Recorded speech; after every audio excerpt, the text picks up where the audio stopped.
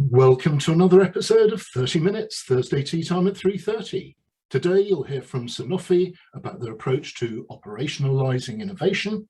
We'll also hear from two members from our curated portfolio, Renda on automating creative production and distribution at scale, and Dream Agility on how to dramatically increase bang for your buck with your paid search. If you ever need investment advice or seek help with challenging financial matters or need some legal brainpower, then look no further than our fabulous sponsors Investec, Lewis Silkin and Hayes McIntyre. They are genuinely happy to give any friend of grey hair works free advice. Just ask us for an introduction and we'll promise you'll sleep better at night. For those of you who don't know who we are, it's simple really. We know you're under permanent attack from uncouth vendors who do not listen and are incapable of presenting to you in a way which makes sense. We get to know you, understand your problems, and then suggest curated solutions, services, and people who can reduce your headaches around marketing, commerce, and HR. And yes, whilst we might have been around the block just a tad, we use our grey hairs to our advantage by getting to the heart of the problem and fixing it without a fuss. And we're supported by a team of 75 mature C-level executives from major brands, retailers and agencies from around the globe, from China to Chipping Norton, who help us make a genuine difference. We've curated a portfolio of SaaS solutions which are best in breed. We've sifted through the dross to find the gems which make a genuine difference. We then explain them to you in a no-nonsense and concise way and let you choose whether you would like to engage the vendors direct. Symbols. But similarly, if you need help with scouting for a solution to that specific challenge, look no further. We all go off on the hunt for that missing piece of the jigsaw.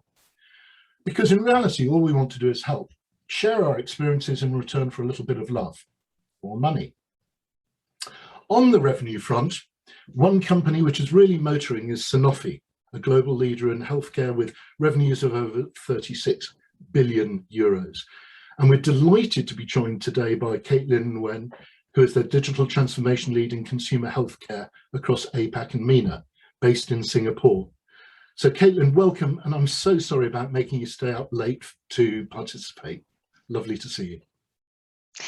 Hello, good afternoon, good evening, or good morning, everyone. Yes, it is evening here in Singapore, but I'm really thrilled to be here and very excited about this event this afternoon, and really looking forward to sharing with all of you in the audience some stories, some learnings that we've been able to gather over the past several years at Sanofi as we've started our journey with digital transformation and digital innovation. So really very pleased to be here. So good afternoon and super excited for the next half hour. So Caitlin, what is the meaning of innovation to you? Yeah, it's really an important question, right? So, I mean, you know, at the heart of it, it really means changing, or in our case, sort of step changing the way we go to the consumer, the patient, or, you know, the end consumer. I call it our route to consumer. And, you know, that can encompass any part of the value chain, from new product development to supply chain, sales processes, customer engagement, and also, you know, obviously to marketing, consumer communication. Because of our mission to, you know, serve consumers and enable a healthier, fuller life for them, we focus on the consumer. We started with the consumer, and that meant, you know, zeroing in on what I call innovation at the core, which for many companies means, you know, going through transformation, starting with marketing and media transformation, followed naturally by or concurrently by a data transformation, building out that, you know, strategic data roadmap with the consumer being at the heart of it, right? So sort of looking at different types of data, zero first party, second, third. Then shortly after this, you know, what I call, you know, innovation at the core, and it could, you know, for us, we started shortly after, but it doesn't have to be a sort of a linear process.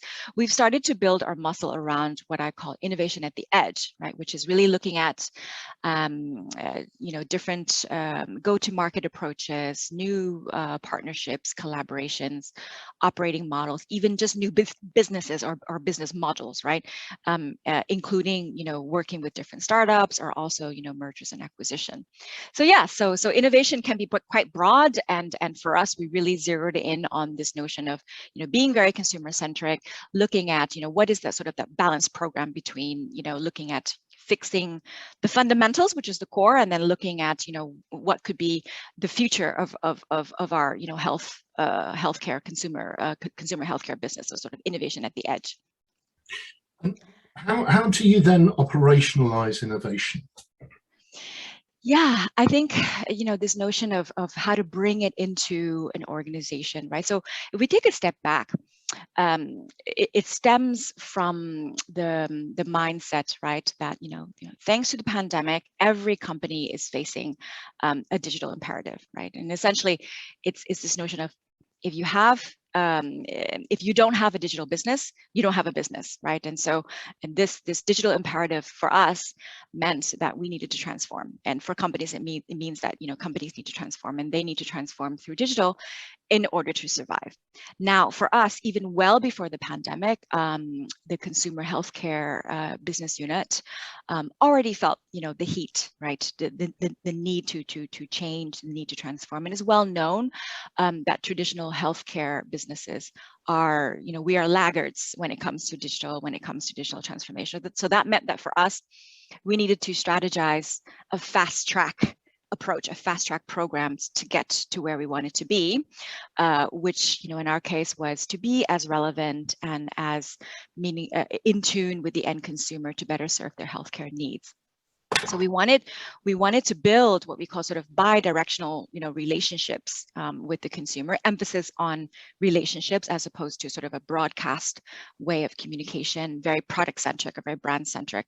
And we wanted to move from being we are the solution to whatever, health problem that you have at the moment that you have it, the moment that the health problem presents itself, to being much more integrated into your way of living, your lifestyle, being part of the consumer's, sort of kitchen, pantry, medicine cabinet, what have you, right?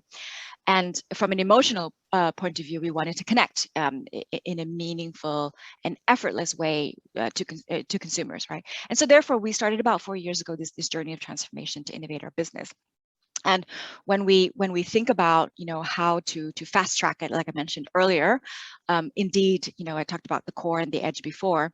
One way to fast track that was to partner, right, with different startups that we consider would be, sort of disrupting more or less sort of the value chain in healthcare, and then what could be, our role in partnering with them, right?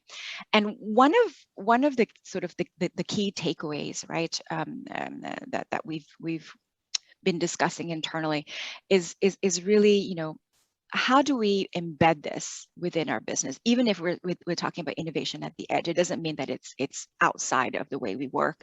How do we set up the teams? How do we change our processes? What type of sort of commitment do we need from the senior management leadership? And how do we engage with these stakeholders along the way? And so I call it operationalizing it, because I think that a lot of companies, ourselves included, go through many different workshops. We engage, different partners and vendors to facilitate these workshops, and it serves a clear purpose, right? It really injects energy, and kind of new momentum, right, in new purpose with regards to our products and how we want to relate with consumers. But I think where it gets more challenging is how large companies, traditional companies like ours, think about how we actually operationalize that, right? So we've really been discussing this is a very kind of key topic internally that we talk about. It's like so we have to figure out, and we have to test and experiment different ways of working, different KPIs, different metrics, even when it comes to innovation projects, right? So this is what I call kind of like how do we shape the new operating model and the processes to bring it and to embed the innovation that comes out of these wonderful workshops into our business. And this is a journey that we've been on for the past couple of years. And how then, when you're doing these workshops and looking to work with sort of more dynamic or smaller players, how do you ensure that you don't stifle them? How do you get the best out of them?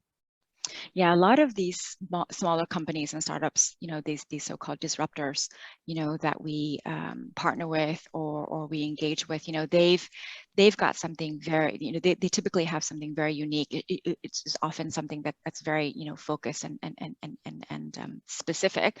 And the idea is, they may have a wonderful idea or a wonderful piece of technology, but then in order to, again, operationalizing that or commercializing it even, right? This is where they face some challenges, and so where we come in as sort of the larger sort of corporate partner is to almost serve as an incubator for them, right? But also really to lean in and to partner with them much more closely to say, okay, well, this is what we know about our consumer, about our patients, and let's try this particular approach, or let's focus on this particular audience or this particular segment. So we help together. It's a collaboration to define what would be kind of the program, right? So in our world, we say, okay, let's date each other for 3, 6, 9, 1 year period of time, and then we'll, during that this sort of dating period, we'll work out what works well, what doesn't work well. We try to bring in more of an agile approach and think in much more kind of short sprints, very iterative approaches, and to say, okay, so then if this is the program for 1 year, how would we scale and how would we grow beyond this first period? Should we stay together, right? So should we really get married after this sort of dating period? So this is sort of what we've been discussing internally, and this is how we've been engaging with smaller startups within the startup ecosystem. And to finish off, I mean, you said what works well and what doesn't. Are there any mistakes or failures you can share, or learnings derived from this? Yeah, there are many, right? And what I would say, I would say two kind of main learnings from our perspective. One is, as we look at the consumer, right? This notion of avoiding superficial means of understanding the consumer and relying only on initial studies into the consumer's mindset and needs. Really adopting a much more agile and a truly agile and iterative approach to finding out what is meaningful for consumers, truly testing and learning, testing and iterating, and adopting a mindset of always operating in beta. And always operating in beta is a mindset at the end of the day, and it is something that senior management also need to embrace. So that's one key takeaway.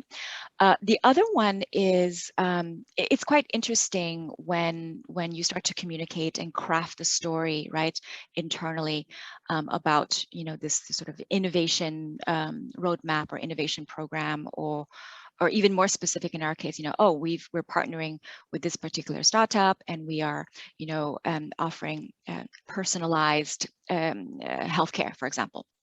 And so one of the things that we've learned is, we need to structure the program, structure initiatives and roadmaps in a way that allows for visible, demonstrable business impact in the short term, right? And it doesn't always necessarily mean sales, but it can, right? It could be different metrics, but something that speaks to sort of a commercial impact, while continuing to craft and tell the story of the longer term strategic intent of the initiative or the program.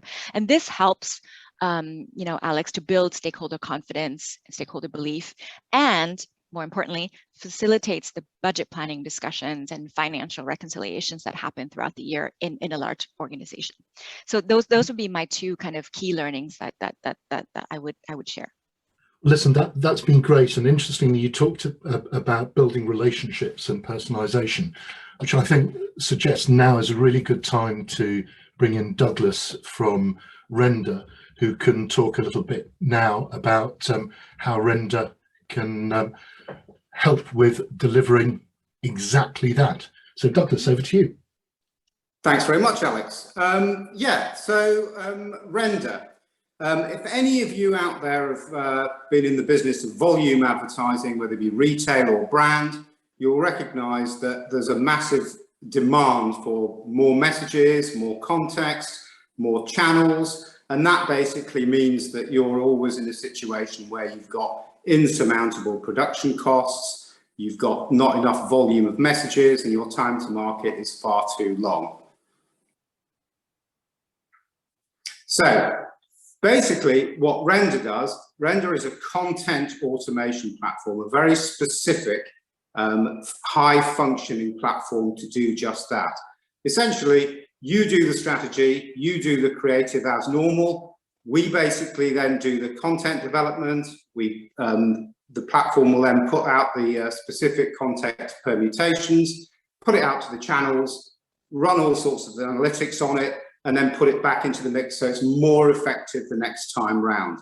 It basically fully automates the production and the distribution of content across all channels, and it does it extremely quickly and at scale.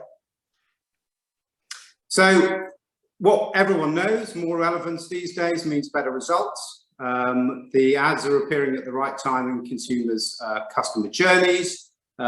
It delivers extremely large savings on creative resource and also on external media spend.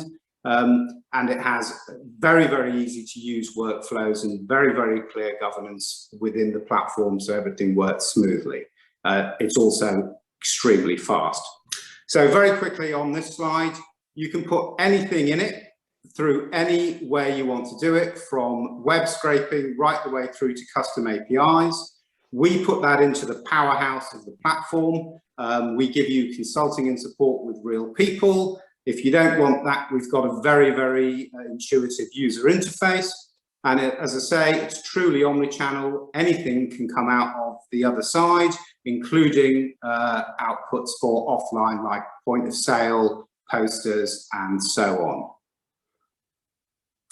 So how do we know it works? Here's an example from one of our customers, which is Co-op in Denmark. They are seeing the ability to deliver 4,000% more messages per week than before Render. They've saved 35% of their costs on full-time employees, plus another 1.3 million euros in other production costs, and they have reduced the CPM by 70% on their advertising. Here's some examples. On the left, you can see it outputs all of the display across all the different channels. And you can see that it has Facebook posts, YouTube videos, as well as more traditional email marketing. And that is the Render difference. Fantastic. Oh, thank you so much, Douglas, for sharing in a few minutes, about Render and the Render difference. Very, very interesting what you talked about, what you mentioned regarding workflows and governance, right? As I was talking about earlier, it's super important, right? And sort of the processes, sort of the operating model, operationalizing this type of innovation.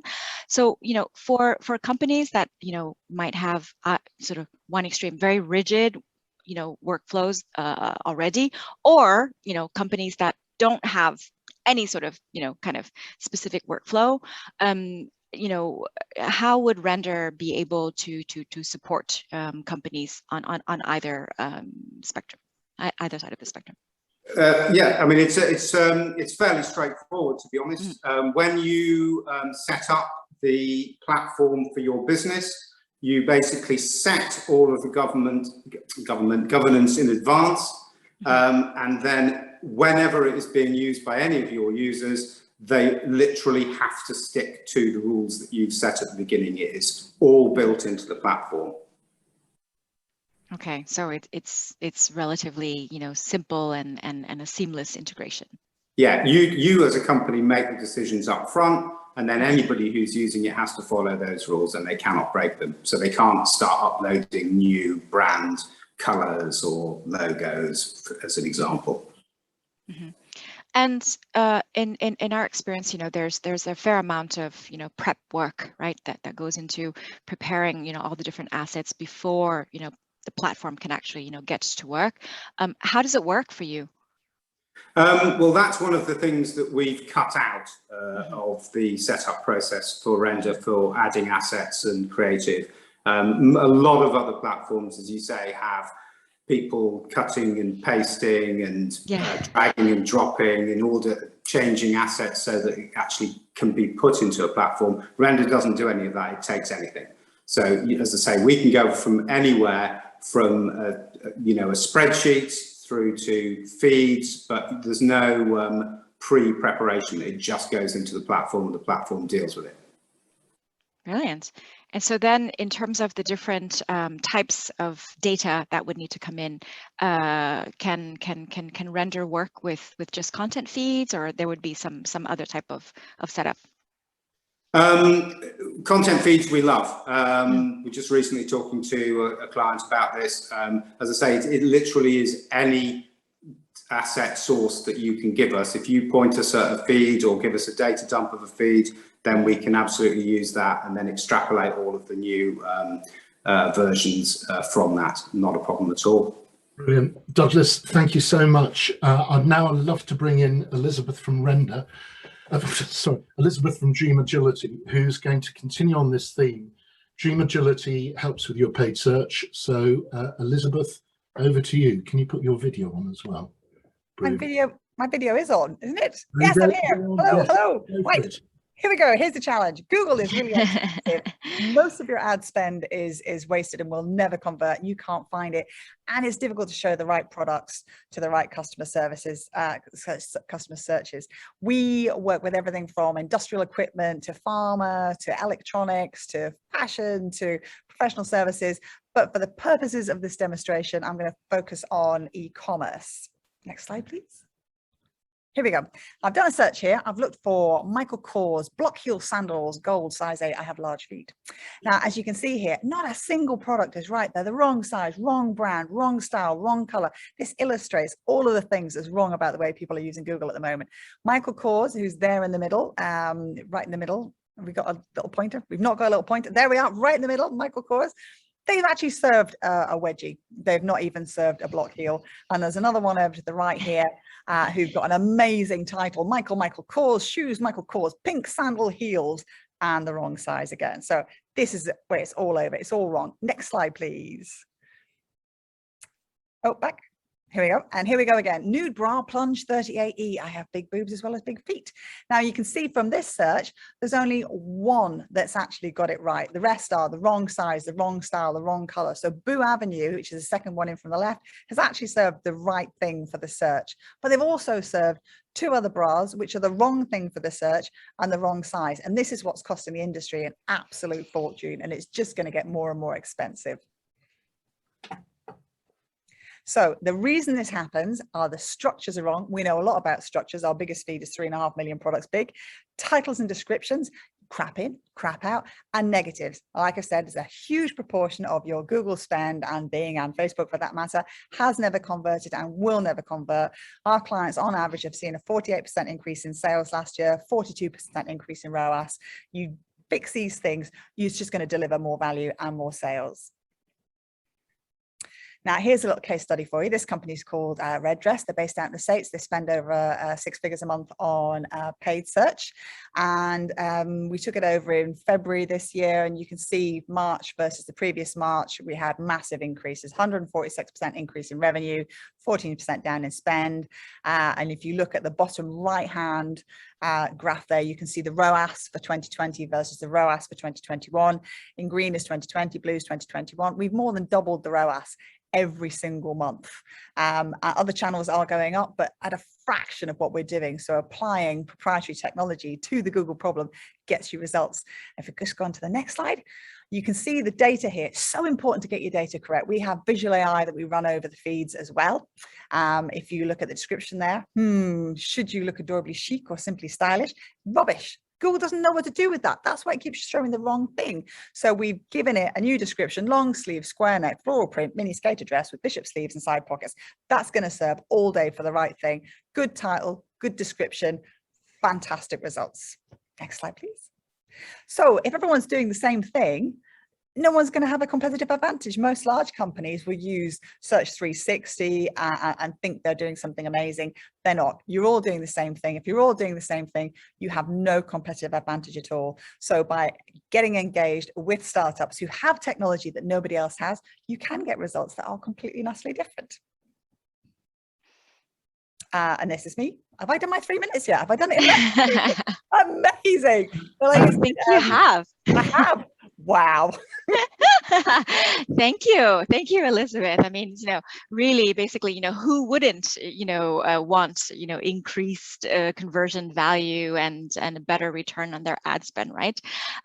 One question I had was, if we already, work with our, media agencies, right, and our media sort of partners, and if we've already got, sort of your standard, marketing ad tech stack, how would your solution sort of work alongside, sort of the standard ad tech stack, and how would it add value?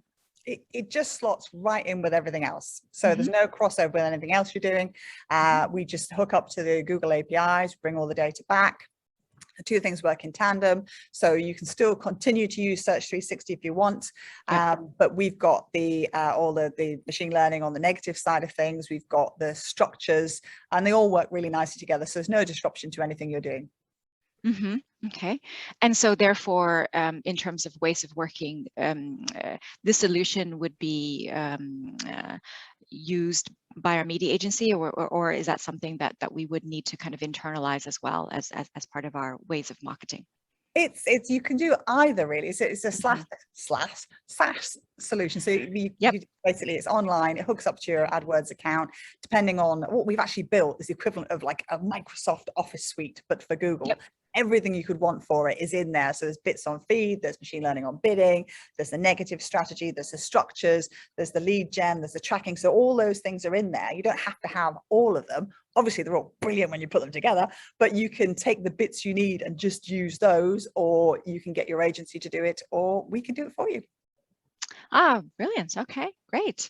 And, in terms of different sectors or industries, would there be kind of more suitable sectors or industries that the solution works best with? It works on anything, but what we found in particular are technical products. Google hates technical products, things like generators, consumer electronics, anything pharma, where you've got lots of little different numbers and things in there, lots of different specifications. Google doesn't know how to deal with it, and you can end up spending a lot of money. So we have a particular advantage there because we've got loads of experience of optimizing those kinds of data, building those structures that work well for those. And like I say, the MLOD product is so important because you need to get rid of all those negatives, all that stuff that doesn't work. So the stuff that does work, you can be extra aggressive on and push your competitors out the way, because they're having to be aggressive, not on the stuff that works, but on all the stuff that doesn't work as well. Brilliant, Elizabeth. Thank you so much. And thank you to all our guests today. Caitlin, you were brilliant. We've heard about innovation at the edge and being relevant and in tune with consumers. We then heard from Brenda about how their solution drives personalization through the ability to create digital assets rapidly and at scale. And then Elizabeth from Dream Agility about how they make paid search work better with a dramatic increase in return on ad spend. If you missed one of our previous sessions and would like to access a recording, please just let us know. Otherwise, we'll be back on Thursday, 21st of October at 3:30, where we'll be joined by the former CEO of Building Digital UK at the Department of Culture, Media and Sport. Thanks as ever to our sponsors, Investec, Lewis Silkin and Hayes McIntyre. Thank you for joining and look forward to catching up with you next time. Thanks, everyone.